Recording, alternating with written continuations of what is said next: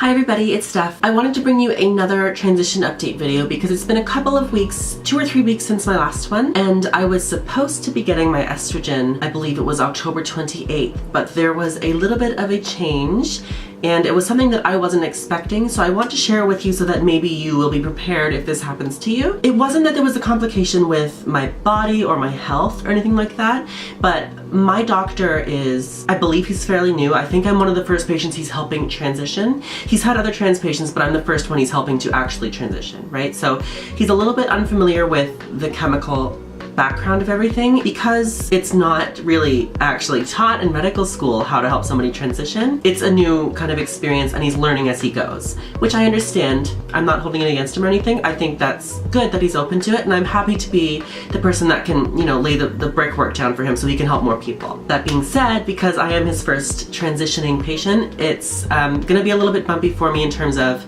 timing. What happened was I went for my appointment where I thought I was getting the estrogen. I was so excited. I was beaming when he brought me into the room and everything. I was pumped, and he could tell I was excited, and I didn't get this little vibe from him until well into the appointment. But what happened was the blood test that he had done for me, it showed that there was higher levels of testosterone in my body than there were before I started taking the medication.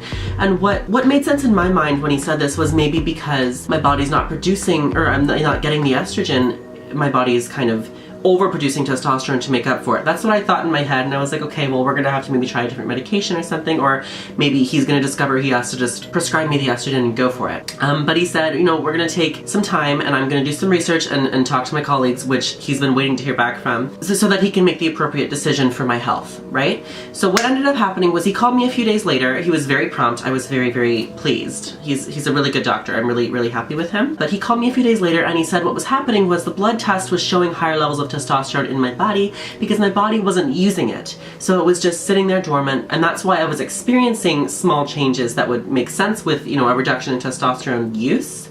So my body was producing the same amount, but it wasn't using it. So it was sitting there and you could see more of it, but it wasn't actually doing anything. So he said, okay, it's all fine. We're gonna go ahead and boost your dosage for your T blockers, my spironolactone. So I'm taking 100 milligrams now. You can, well, you can't really see, but the pills are significantly larger than my old ones. My old ones were 25 milligrams. I was taking 2 a day for a 50 milligram dosage.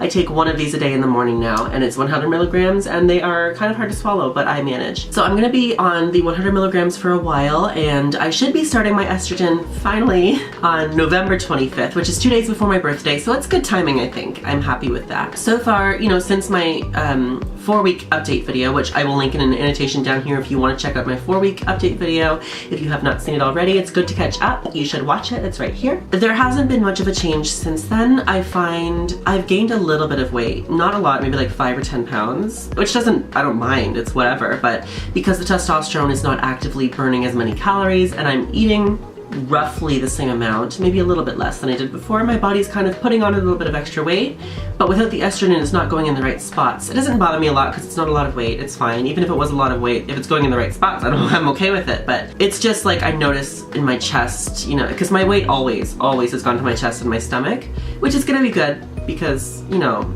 it'll shift a little bit with the estrogen, and that'll be enough for me, but I don't know what I'm talking about. It's okay.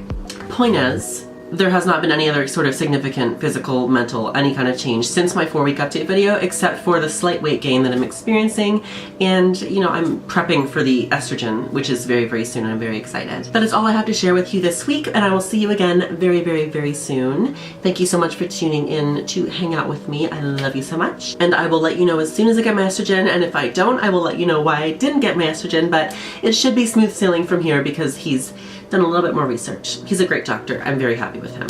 I'll see you all later. Bye. Love you. Oh, I'm falling. Oh.